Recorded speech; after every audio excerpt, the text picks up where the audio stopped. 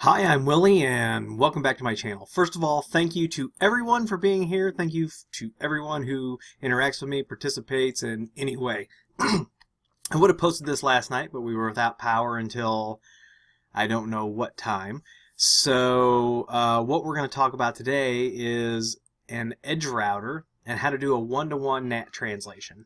And what a one-to-one NAT translation does is it takes an IP address that is on your WAN interface and maps all traffic to an internal IP address behind your firewall. So it forwards every port. So obviously you don't want to do this if that device doesn't have a firewall of some sort. Maybe it is another firewall. I don't know. But sometimes you need a one-to-one translation. So that's what we're going to cover real quick. The first thing we're going to do is I'm going to pop up the sketchpad. And we are going to talk about our setup. So we've got our ISP over here, and then we have an edge router. Let's see. Actually, let's hop over here to our edge router real quick. Make sure we know what IP addresses we're dealing with.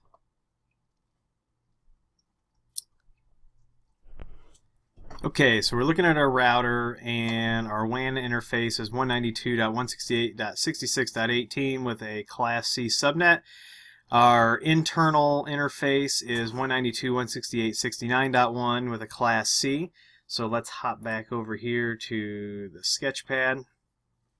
And so on our WAN interface, we have 192.168.66.18, and then on the LAN side, we have 192.168.69.1/24.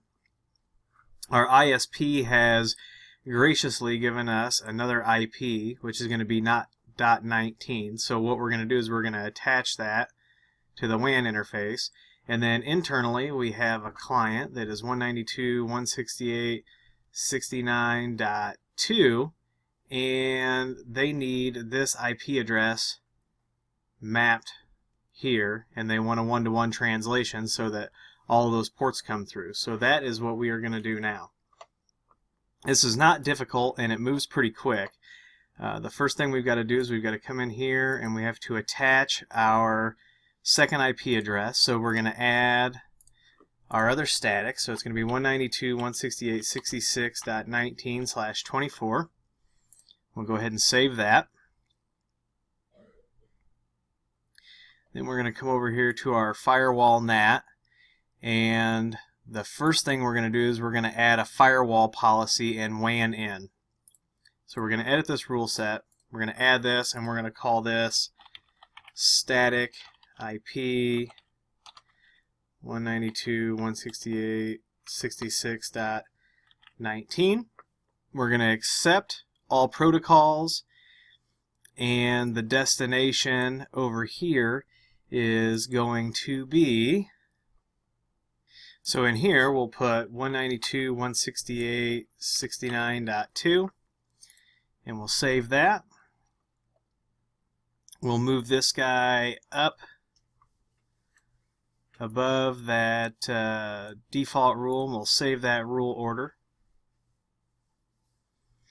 So now we have a firewall rule, because with your DNAT rule you also have to have a firewall rule. So this is allowing all protocols from any source to be forwarded to this destination. So now we're going to hop over to NAT. The first thing we're going to do is create a source NAT rule. We're going to call this static IP, and we'll put the same descriptor in there. Outbound interface would be ETH0. That's our internet. The translation, this is what we're going to translate to. So this would be 192.168.66.19, and then our source address is going to be 192.168.69.2, and it will be all protocols. So we'll go ahead and save that guy. and we will move it up above the default masquerade rule, and then we'll save that rule order. And finally, what we've got to do is add our DNAT rule, and this is basically where the port forwarding comes in. So we'll add a DNAT rule, and we'll call this static IP.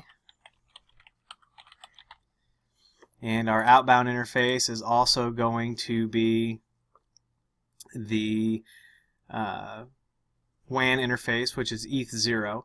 So what we're going to do here is we are going to do a translate, and you'll notice that these rules are in a little bit of, they kind of almost look transposed. So the translation here is going to be 192.168.69.2, all protocols, and then the destination is 192.168.66.19.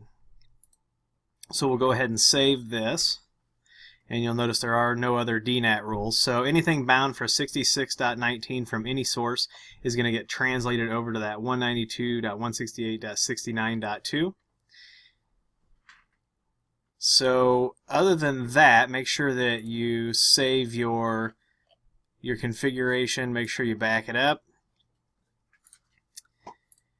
That's it. That's all I want to cover this morning. Again, thank you. If you like this video, please give me a thumbs up. Please subscribe. Please comment and share. If you want to help the channel out, please subscribe to Twitter and Instagram. Follow me there.